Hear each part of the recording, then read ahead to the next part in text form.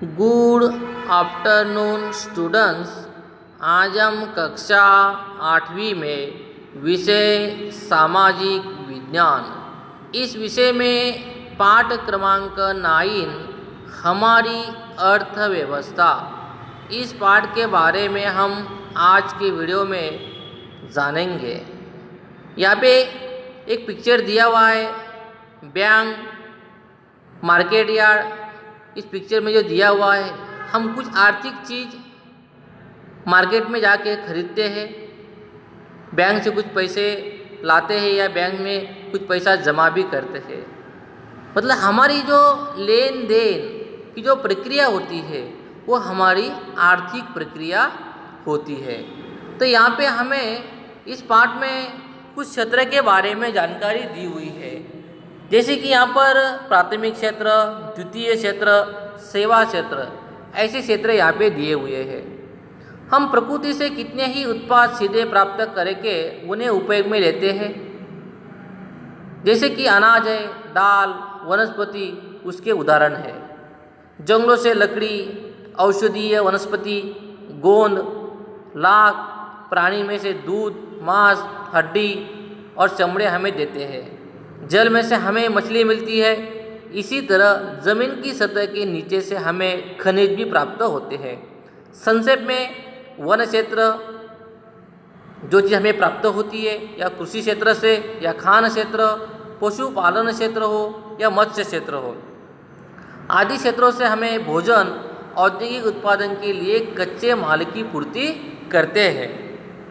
इसलिए ये जो क्षेत्र होते हैं ये प्राथमिक क्षेत्र की प्रवृत्ति के रूप में जाने जाते हैं। अब द्वितीय क्षेत्र में क्या होता है कि बहुत से प्राथमिक उत्पाद ऐसे हैं कि जिन पर प्रक्रिया करके उनके उत्पादों को उपयोग में ले जा सकते हैं। अब प्राथमिक क्षेत्र से हमें जो चीज़ मिलती है उसी चीज़ के ऊपर प्रक्रिया किया जाता है, और प्रक्रिया करने के बाद कुछ वस्तु हमारी तैयार होती है। ऐसी प्रवृत्ति द्वितीय क्षेत्र की प्रवृत्ति कहलाती है। जैसे कि कपास हमें मिला, ये हमारा प्राथमिक क्षेत्र हो गया। पर कपास से अगर हम सूती कपड़े बनाते हैं तो हमारा द्वितीय क्षेत्र हो जाता है। तो कपास से सूती कपड़े बनाना, कपास या तेल, गन्ने से गुड़ मिलना, गुड़ या चीनी मिलना, मिट्टी से ईंट बनाना, ये जो चीज़ होती है ये क्या होती है, द्वितीय क्षेत्र के अंदर आ जाती है। मतलब प्राथमिक क्षेत्र की जो चीज़ है उसी चीज़ के ऊपर प्रक्रिया करके हमें जो दूसरी वस्तु प्राप्त होती है उसे हम क्या कहते हैं, द्वितीय क्षेत्र कहते हैं। गन्ने से गुड़, शक्कर, चीनी मिलना, मिट्टी से ईंट बनना, ये हमारा क्या हो जाता है, द्वितीय क्षेत्र हो जाता है। यंत्र सामग्री, मार्ग, परिवहन तथा संचार के साधन, विद्युत सामग्री, तैयार उपयोगी वस्तुएं आदि के उत्पादन में संलग्न बड़े उद्योग, सुरक्षा सामग्री, रंग, रसायन, कपड़े आदि का उत्पादन करने वाले इकाई का जो समावेश है वो द्वितीय क्षेत्र में आता है। इसलिए उन्हें हम औद्योगिक क्षेत्र भी कहते हैं, क्योंकि उस कारखाने में औद्योगिकीकरण में प्रक्रिया होके वस्तु बनती रहती है। अब तीसरा जो होता है सेवा क्षेत्र। अब प्राथमिक क्षेत्र में हमें कोई चीज़ मिलने के बाद द्वितीय क्षेत्र में हम उसका प्रक्रिया करके उस वस्तु को प्राप्त करते हैं। अब सेवा क्षेत्र में क्या होता है, प्राथमिक और द्वितीय क्षेत्र द्वारा उत्पादित वस्तुओं के जत्थे बड़े व्यापारी तक पहुंचाने के लिए हमें जैसे कि ट्रक, ट्रेनों द्वारा परिवहन करने की आवश्यकता पड़ती है। अब जो माल हमने बनाया है वो माल लोगों तक पहुंचाने का काम सेवा क्षेत्र करते हैं। जैसे व्यापारी जो है वो ट्रक द्वारा या ट्रेन के माध्यम द्वारा वो माल दूसरे लोगों को पहुंचाएगा, तो उनकी क्या हो गई, सेवा हो गई। तो ये सेवा क्षेत्र के अंदर आ जाता है। उत्पादन और व्यापार में सहयोग देने के लिए टेलीफोन होता है, समाचार पत्र, पत्राचार, बैंकों से ब्याज पर रुपए लेने की आवश्यकता भी हमें कभी कभी बढ़ती है।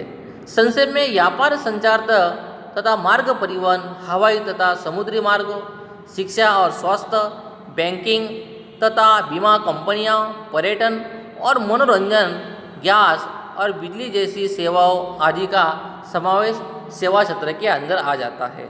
वर्तमान समय में internet, ATM, booth call centre, software company वगैरह सब महत्वपूर्ण सेवाएं सेवा क्षेत्र के अंदर में आ जाते हैं, क्योंकि वो ये क्षेत्र सेवा देने का कार्य करते हैं, इसलिए उसको सेवा क्षेत्र कहते हैं। तो इसी प्रकार से विद्यार्थी मित्रों हो, यहाँ पे एक उदाहरण आपको यहाँ पे दिया गया है कि एक किसान आटे की किसी मिल को 15 रुपये की प्रति किलो दर से गेहूँ बेचता है। मतलब एक किसान किसी एक मिल को 15 रुपये प्रति किलो की दर से गेहूँ बेचता है। मिल में से गेहूँ पीसा जाता है और अपना आटा बिस्किट कंपनी को 20 रुपये प्रति किलोग्राम की दर से बेचता है। अब किसान क्या करता है, 15 रुपये प्रति किलो से मिल को बेचता है। मिल वाले क्या करते हैं, उस गेहूँ को पिसाकर आटा कंपनी को 20 रुपये प्रति किलोग्राम की दर से बेचता है। तो वो जो मिल वाली कंपनी है वो 5 रुपये यहाँ पे नफ़ा या मुनाफा कमा लेती है। 15 की खरीदी करता है और 20 से बेचती है। बिस्किट वाली कंपनी क्या करती है, उसके साथ चीनी, घी आदि चीज़ को मिलाकर उसके बिस्किट के 4 बड़े पॉकेट बनाती है और वो बाज़ार में ग्राहक को 80 रुपये में, मतलब 20 रुपये प्रति पैकेट से बेचती है। तो ये एक प्रकार से किसान से लेकर व्यापारी तक ये माल की एक प्रकार से लेन देन की प्रक्रिया जो है वो होती रहती है। यह बिस्किट जो होगा वो अपना क्या होगा, अंतिम उत्पादन होगा। किसान गेहूँ का उत्पादन करेगा कि उस गेहूँ को किसी मिल वाले को बेचेगा, मिल वाला उस गेहूँ को साफ करके किसी बिस्किट कंपनी को बेचेंगे और बिस्किट कंपनी उसी गेहूँ के ऊपर प्रक्रिया करके कुछ वस्तु बनाएंगे, कुछ माल तैयार करेंगे और उसको बनाने के बाद किसी ग्राहक को बेचेंगे। तो ये प्रक्रिया जो है ये चलती रहती है। यहाँ पे भारत की विविध आर्थिक प्रवृत्तियों का वर्गीकरण उसके स्वामित्व की दृष्टि से भी किस प्रकार से किया जाता है, इसके बारे में यहाँ पर दिया गया है। अब यहाँ पे आपको सरकार के स्वामित्व या सार्वजनिक क्षेत्र के कुछ उद्योग होते हैं जहाँ पर सरकार का मालकी हक होता है, या सार्वजनिक क्षेत्र के भी कई उद्योग होते हैं। जो उद्योग सरकार के स्वामित्व और सरकार के संचालन के अंतर्गत होते हैं वो कौन से उद्योग होते हैं, सार्वजनिक क्षेत्र के उद्योग होते हैं। जो उद्योग सरकार के स्वामित्व होगा, सरकार का उसमें हक होगा या सरकार के संचालन के अंतर्गत चलते रहते हैं, ऐसे उद्योग को हम सार्वजनिक क्षेत्र के उद्योग कहते हैं। तो ऐसे उद्योग कौन से, जैसे यहाँ पे उदाहरण के स्वरूप में दिया है कि भिलाई स्टील प्लांट, भारतीय हेवी इलेक्ट्रॉनिक लिमिटेड भेल, oil and natural gas commission ONGC आदि सरकार के स्वामित्व की इकाइयाँ है। ये बड़े बड़े नवरत्न महारत्न दर्जे की जो कंपनियाँ होती है इसमें सरकार का भाग होता है। इनका जो कारोबार है वो सरकार के अंदर ही चलता है। निजी स्वामित्व या निजी क्षेत्र के उद्योग, जिन उद्योगों को या इकाई का स्वामित्व और संचालन निजी